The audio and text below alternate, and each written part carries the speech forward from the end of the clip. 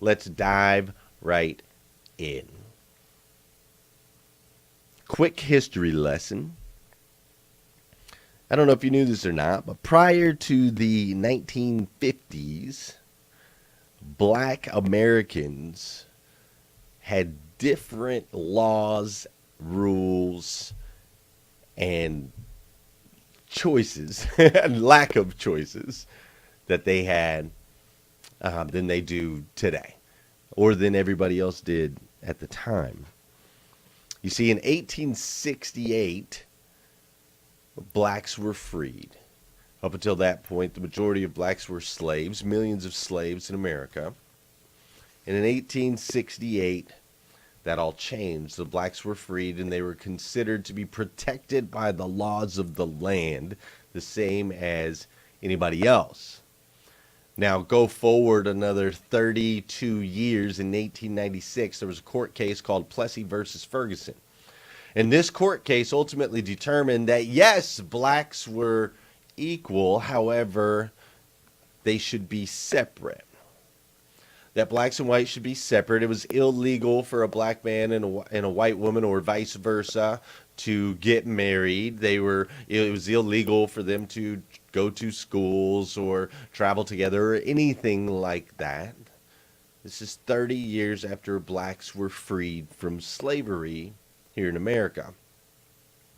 Now, fast forward just a little bit, and I say just a little bit, go another 50 years, and in 1941, the government actually opened it up to where blacks were allowed to have jobs in the government. Up until that point, they were frowned upon in military. There was segregation in our military, and there was no opportunity for them to have jobs with the government. Ultimately, most blacks back in that time that were free, they worked on farms picking cotton.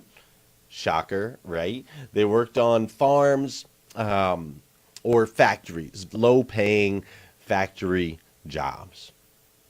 Now let's continue to move forward. And in 1955, there was a woman named Rosa Parks.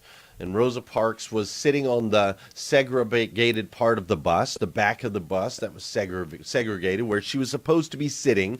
However, they ran out of seats. And so the bus driver, there was a white male that needed to sit down. And so the bus driver went to Rosa Parks and three others and asked them to move so the white man could sit down. And Rosa Parks, as you know the story, Rosa Parks said no. She said, no, I'm not going to sit down, I'm not going to move, and she was ultimately arrested for not giving up her seat. Meanwhile, while all this was going on, there was a man named Martin Luther King, and Martin Luther King was just a small-time preacher. He was a preacher in some small little churches in Alabama, and he was very passionate about equal rights for black Americans. However, he wasn't really taking a whole lot of action on that until this moment that Rosa Parks made a stand.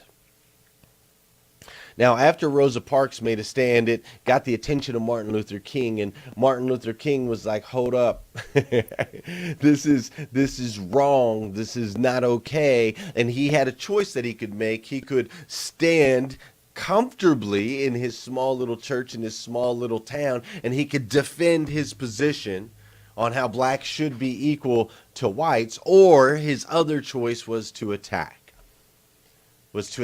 what he believed in, to go out and devour what he desired, which was equality across all human beings. And so if you fast forward just a little bit later, Martin Luther King, he started this boycott. He started a boycott, and the boycott ultimately lasted for 381 days. They just refused to ride the city buses. They completely shut down the city system. And after 381 days, the bus system finally gave in and said, okay, we will allow black people to sit on the bus wherever they want. They ended segregation on buses. The very next year, this was followed by the Little Rock Nine. As you can see, that pleasant housewife there in the background. Look at the faces, the scowls on these women. Look at the scowls as one of the first black people went into a public school, a non-segregated school, in 1957. Don't think this is too far removed from where we are now. So in 1957, there was no more segregation in the schools. And then ultimately in 1964, after Martin Luther King led a band of brothers and sisters and all that would attend to have sit-ins in restaurants all over the cities that were refusing to serve blacks. And they did basically this whole theory of nonviolent protest that Martin Luther King led the charge on. They were able to end segregation for all in 1964. Now, fast forward 4 years later, 1968, Martin Luther King Jr. was assassinated in Memphis, Tennessee, on his hotel balcony. Unfortunately, a week later, they passed a law that made discrimination no longer legal in housing for anybody. They couldn't discriminate for race, creed, sex, color, any of those things. And this sign always gets me. It says, Negroes, this community could become another ghetto. You owe it to your family to buy in another community. I want you to understand, my friends, this wasn't that long ago. For most of you that are watching my show, you're around my age, a little bit younger, a little bit older, so you didn't necessarily live during this period of time. However, most likely your parents' parents did. Make sense? Your parents for sure did. No doubt about. Like, we're not that far removed from this period of time. And so I find it interesting, and I want to make sure to point out that from 1868, it took 100 years.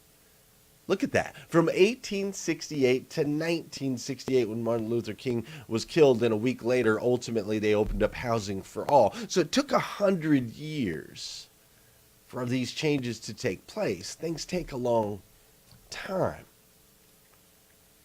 So sometimes I know people are like, well, things are different now, and everybody has opportunities now, and the racism and the division and so on and so forth, it's not real, it doesn't exist, and so on and so forth. And I just want to remind you here today that change takes time. It takes generations of mindsets to really change the world. In this case, it took 100 years, and we're still working on it today, though things are much better. I wouldn't be here if they weren't. So with that said, I thought, man, let's dive in. Let's dive in and see, what did Martin Luther King do to be able to change the world? Because if you look at this timeline, it took 100 years. However, Martin Luther King got involved in 1955. And in 13 years, he was able to completely change the world. So how did he do it? Well, I'll tell you what he did is very important, and I want you to write this down. If you want to truly devour your desires, if you want to attack life and be able to change your life, you might not have as many dramatic things on your plate as Martin Luther King did, but what are the things in your life? So I want you to write this down. In order for you to do that, you must take the lead. You must take the lead. You see, that's what Martin Luther King did. He took the lead, and it was a dangerous position for him to be in, one that ultimately cost him his life. He took the lead, and he took the lead in three particular ways that I'm going to share with you this morning. Three things that you can do, that you can apply in your life so that you can take the lead. Not everybody's a natural born leader. Not everybody's willing to take that risk to jump out of their comfort zone. So I'm just going to share the three things that you can do right now to take the lead in your life, to start to devour your desires, to be able to make an impact on the planet by focusing on self. The first thing that Martin Luther King did as he took the lead is he always went first. He always led by example. He was always willing to go through whatever it was that he asked others to go through.